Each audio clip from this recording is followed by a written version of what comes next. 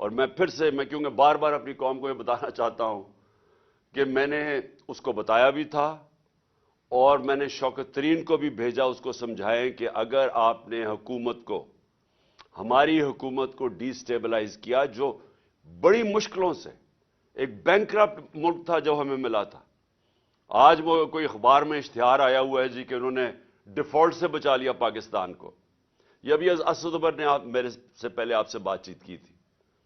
Asad Umar finance minister تھے جب ہماری گورنمنٹ آئی 2018 میں.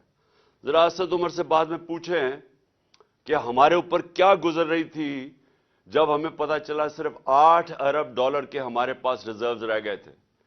یہی اسحاق ڈار نے سارا پیسہ ایک ڈالر کو صرف مصنوعی طور پہ کنٹرول کرنے میں اس نے ہمارے اربوں ڈالر کے ریزروز غائب کر دیے. اور وہ ٹائم تھا جب جو تیل انٹرنیشنل مارکیٹ میں وہ آج کے مقابلے میں سب سے کم تھا. اس کی خوش قسمتی نون لیگ کی یہ تھی کہ ان کے دور میں تیل سب سے کم تھا. ہمارے دور میں تو وہ کرونا کے بعد سپر سائیکل آ گیا کموڈٹی کا، اوپر چلا گیا. میں اس لیے آپ کو باتیں بتا رہا ہوں کہ آپ کو بیک گراؤنڈ پتا چلنی چاہیے کہ یہ حکومت جو ہے، یہ جو پی ڈی ایم ہے، یہ ان کی ساری جو ترقی ہوتی ہے وہ اشتہاروں میں ہوتی ہے، پروپیگنڈا میں ہوتی ہے، صحافیوں کو پیسہ کھلا کے ہوتی ہے، میڈیا ہاؤسز کو ساتھ ملا کے ہوتی ہے، گراؤنڈ پہ نہیں ہوتی. کیونکہ اگر ہوتی تو جو ان کو حکومت ملی تھی، جو ہم چھوڑ کے گئے تھے، تو آج یہ حال نہ ہوتا کہ ساری دنیا کے سامنے بیکاریوں کی طرح پھر رہے ہیں اور ملک ڈیفالٹ کے قریب ہے اور پیسے مانگتے پھر رہے ہیں. یہ نہ ہوتا کیونکہ ہمارے پھر سے اکنامک سروے آف پاکستان میں پڑھ لیں، ہمارے سب سے بہتر انڈیکیٹرز تھے. پاکستان کی تاریخ میں وہ ہم نے اچیو کیا تھا جو کسی اور گورنمنٹ نے نہیں کیا. ریکارڈ ہم نے ایکسپورٹس اور جو بھی exports, tax collection, remittances, service sector کی سب سے زیادہ ایکسپورٹس ہمارے دور میں ہوئی. اور زراعت جو کہ ملک کی ریڑھ کی ہڈی ہے، جو کسانوں سے پوچھے کہ کسانوں کے کیا حالات تھے اور آج کیا حالات ہیں، تو ادھر سے انہوں نے ملک کا جو آج کھڑا کیا تباہی کے کنارے پہ. یہ میں اس لیے آپ کو کہہ رہا ہوں کہ ہمیں اب سب کو مل کے اب جد و جہد کر کے اس ملک کو نکالنا ہے ادھر سے. اور میں یہ آپ کو کہنا چاہتا ہوں کہ ہم ہی وہ پارٹی ہے، ہم اب پوری ایک تیاری کر رہے ہیں. ہم اپنی اکانومی کے اوپر پورا ہم نے ایک وائٹ پیپر تو ان کا بتایا ہے، اور اپنا ہم اب بیٹھ کے باقاعدہ وار گیمنگ کر رہے ہیں کہ ہم نے پاکستان کو کیسے نکالنا ہے. وہ کون کون سے اب انقلابی ہمیں قدم اٹھانے پڑیں گے کہ اپنے ملک کو اس دلدل سے نکالیں گے. اور میں ابھی بھی آپ کو کہتا ہوں، اگر کوئی اس وقت پاکستان کے اندر جماعت اگر کوئی بھی نکال سکتی ہے، کوئی ٹیکنوکریٹک سیٹ اپ نہیں نکال سکتا، وہ صرف ایک جماعت ہے، وہ ہے تحریک انصاف. اور وہ کیسے نکالے گی؟ سب سے پہلے تو ہم چاہتے ہیں کہ صاف اور شفاف الیکشن ہو. صاف اور شفاف الیکشن ہوں گے تو اس ملک کے اندر ایک گورنمنٹ آئے گی. اگر پولیٹیکل انجینئرنگ نہ کی گئی، مجھے خوف یہ ہے کہ ہماری بدقسمتی سے اسٹیبلشمنٹ نے ماضی سے سبق نہیں سیکھے. مجھے افسوس سے کہنا پڑتا ہے آج ہم پولیٹیکل انجینئرنگ دیکھ رہے ہیں ہوتے ہوئے. ایم کیو ایم کو اکٹھا کرنا، بیپ کو پیپلز پارٹی میں دھکیلنا بلوچستان میں، ساؤتھ پنجاب کے اندر پیپلز پارٹی کو وہ کال کر کے ان کے آدمی کہہ رہے ہیں کہ جی پیپلز پارٹی کو مضبوط کرے. یہاں پنجاب کے اندر نون لیگ کی حکومت لے کے آئے، وہ جو نون لیگ نے ملک کا بیڑا غرق کر دیا وہ اب اس کو پنجاب میں لانا چاہتے ہیں. کے پی کے اندر اور گیم چل رہی ہے کہ کہیں نہ کہیں تحریک انصاف کو کسی طرح کمزور کیا جائے، کوئی پولیٹیکل انجینئرنگ کی جائے جس کا مجھے ابھی مقصد ہی نہیں سمجھ آ رہا. عقل تو یہ کہتی ہے کہ ایک سٹرونگ گورنمنٹ چاہیے پاکستان کو اس دلدل سے نکالنے کے لیے. اگر یہ پولیٹیکل انجینئرنگ کر کے کمزور سا سیٹ اپ لے کے آنا ہے تو وہ تو ویسے ہی ملک کو سنبھال نہیں سکتا. کیونکہ جو بزنس کمیونٹی ہے، جو سرمایہ کار ہیں، جو انویسٹرز ہیں، جو پاکستان کے اندر بیٹھے ہیں، جو پاکستان کے باہر ہیں، جنہوں نے پاکستان میں جب تک وہ انویسٹمنٹ نہیں کریں گے، جب تک بزنس کمیونٹی کا اعتماد نہیں بحال ہوگا، تو پاکستان تو کیا بھیک مانگ کے تو نہیں نکل سکتا نا اس میں سے. اور میں پھر سے کہہ دوں, جن سے ہم بھیک مانگ رہے ہیں انہوں نے ایک بہت بھاری قیمت پاکستان سے مانگنی ہے بیل آؤٹ کرنے کے لیے. وہ بڑی قیمت وہ پاکستان کی سلامتی کے اوپر, اس کے اوپر ہم کمپرومائز کر کے وہ قیمت دیں گے ان کو. ملک کا مستقبل خطرے میں ڈال کے وہ جو قیمت مانگ رہے ہیں وہ دینی پڑے گی. لہذا ایک ہی طریقہ ہے, ایک مضبوط اور گورنمنٹ آئے جس کو لوگوں کو اور بزنس کمیونٹی کو اعتماد ہو کہ 5 سال کے لیے آئی ہے. اس کے بعد وہ انقلابی سٹیپس لے, وہ سٹرکچرنگ کرے پاکستان کی, وہ سرجری کرے پاکستان کی جو کوئی کمزور حکومت نہیں کر سکتی. وہ یہ جو ریلو کٹے آئے ہوئے ہیں پی ڈی ایم کے, یہ نہیں کر سکتے.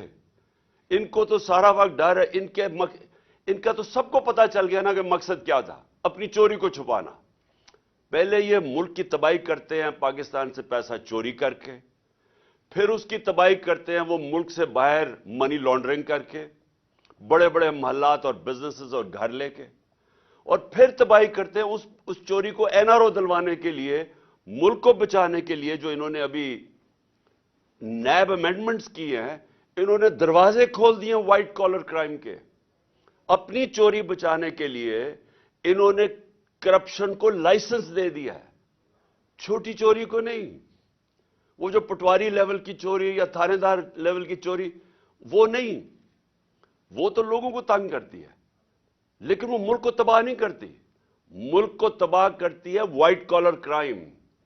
جب پرائم منسٹر ملک سے پیسہ چوری کرتا ہے, جب اس کے وزیر چوری کرتے ہیں, اور جس کو کہتے ہیں کرونی کیپٹلزم, کہ وہ وزیر اور پرائم منسٹر بڑے بڑے سرمایہ کاروں یا بزنس مین سے مل کے جب چوری کرتے ہیں اور وہ ملک سے پھر چوری کر کے پیسہ باہر بھجواتے ہیں, ایسے ملک تباہ ہوتے ہیں.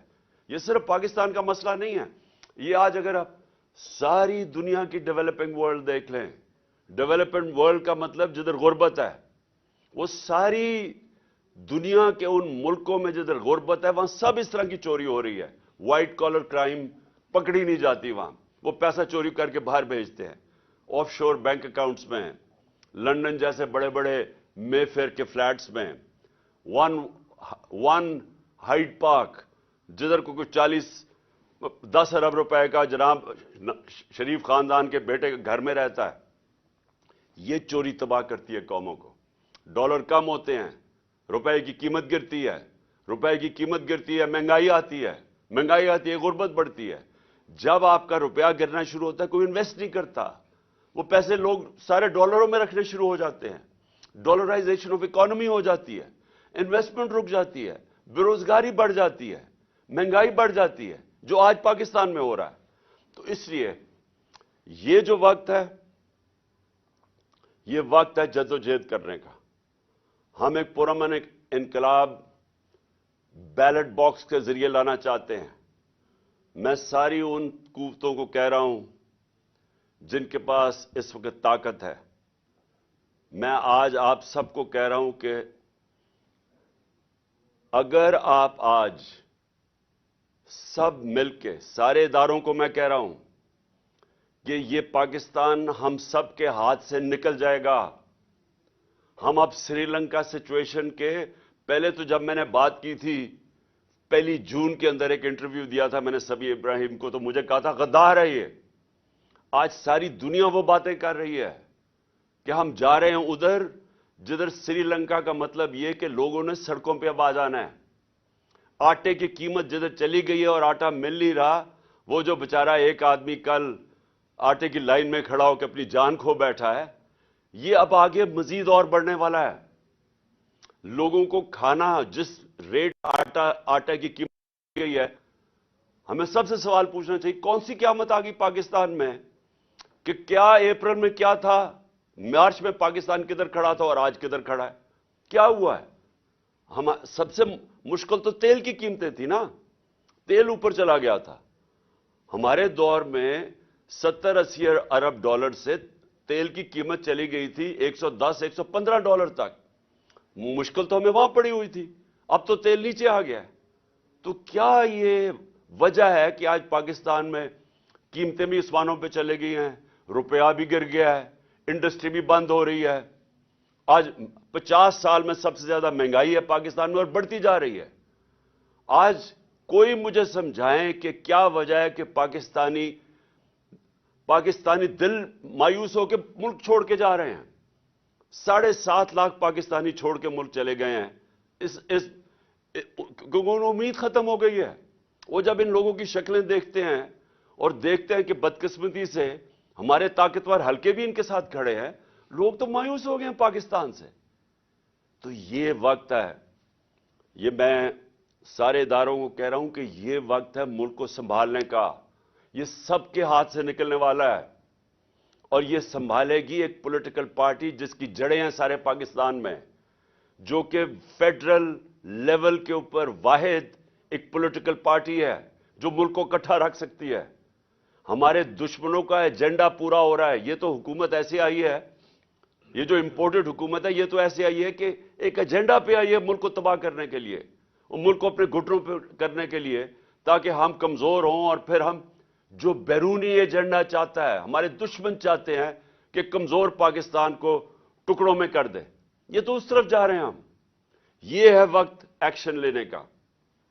ایکشن کیا ہے؟ Free and fair elections. کوئی ہم کسی سے مدد نہیں مانگ رہے, ہم کوئی کسی کی سپورٹ نہیں چاہ رہے, ہم صرف جمہوریت چاہ رہے ہیں اس ملک میں صاف اور شفاف الیکشن کروانے کی.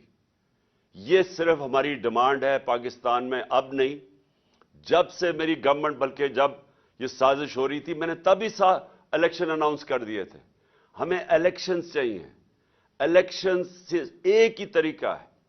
میں آج چیلنج کرتا ہوں, کسی طبقے سے آج پوچھ لیں کہ جناب ہم کیسے نکلیں گے اس میں سے, اس دلدل میں سے کیسے نکلیں گے. ہر عقل مند انسان ایک ہی بات کرے گا, صاف اور شفاف الیکشن. اور کوئی پولیٹیکل انجینئرنگ خدا کے واسطے نہ کریں. یہ جو ہمارے ملک میں اسٹیبلشمنٹ نے پولیٹیکل انجینئرنگ کی ہے, پیچھے اٹھا کے دیکھیں کتنا نقصان پہنچا ہے پاکستان کو. شارٹ ٹرم گینز کے لیے لانگ ٹرم ڈیزاسٹر ہوا اس کا. تو میں آخر میں اپنی کراچی کی خواتین کو کہنا چاہتا ہوں, اب یہ آپ کے لیے پالیٹکس نہیں ہے, یہ جہاد ہے. آپ اصل میں ملک کے لیے اب اپنی قوم کے لیے نکل رہے ہیں. آپ اپنی ذات کے لیے نہیں نکل رہے, عہدوں کے لیے نہیں نکل رہے, وزارتوں کے لیے نہیں نکل رہے. آپ اپنے ملک کو بچانے کے لیے نکل رہے ہیں. ایسے حالات میں نے کبھی پاکستان میں ایسے حالات نہیں دیکھے تھے. صرف جب ہمارا ملک ٹوٹا تھا تو مجھے تب یاد ہے کہ اس طرح کا ہمیں خوف تھا.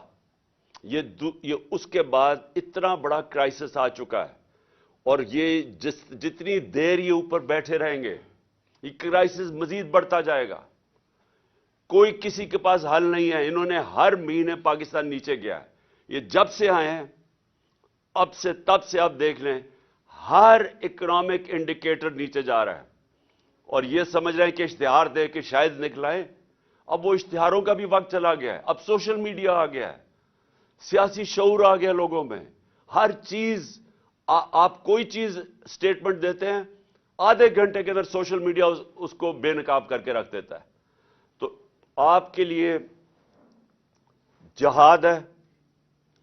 یہ ٹائم ہے کہ آپ نے ڈور ٹو ڈور جانا ہے. میں خواتین کو خاص طور پہ کہہ رہا ہوں کیونکہ اس وقت میں نے دیکھا ہے کہ جو ہمارا بائی الیکشن ہوا ہے اس میں ہم اس کے باوجود بائی الیکشنز میں کہ ساری پارٹیز ایک ٹکٹ پہ لڑی, الیکشن کمیشن نے اتنی بے شرمی سے ان کی مدد کی, اسٹیبلشمنٹ ان کے ساتھ کھڑی ہوئی, اور صرف ہم کیسے جیتے کہ پاکستانی قوم نکلائی ووٹ ڈالنے کے لیے. انہوں نے ہمارے ووٹس بھی باہر پھینکے, جو حلقوں سے کوشش کی کہ ہمارے ووٹس باہر پھینک دیں, فیملیز کے ووٹ توڑے, سب کچھ کیا انہوں نے. لیکن جو ہم نے آخر میں اسیس کیا, کبھی اس طرح خواتین نہیں نکلی تھی ووٹ ڈالنے میں جو اس باری نکلی ہیں. اور میں اصل میں کہوں گا کہ ہمیں خواتین کی ووٹ نے اصل میں ہمیں یہ سارے جو 75% بائی الیکشن ہم جیتے ہیں انہوں نے ہمیں جتائے ہیں. اس لیے آپ کے اوپر بڑی ذمہ داری ہے. آپ کا ملک ہے, آپ کی فیملیز ہیں, آپ کا مستقبل ہے. آپ نے اب مل کے ہمارے ساتھ اس ملک کی خواتین اور مردوں نے اور بچوں نے اور سٹوڈنٹس نے اور نوجوانوں نے مل کے اب انشاءاللہ پاکستان کو اس بحران سے نکالنا ہے۔ پاکستان زندہ باد۔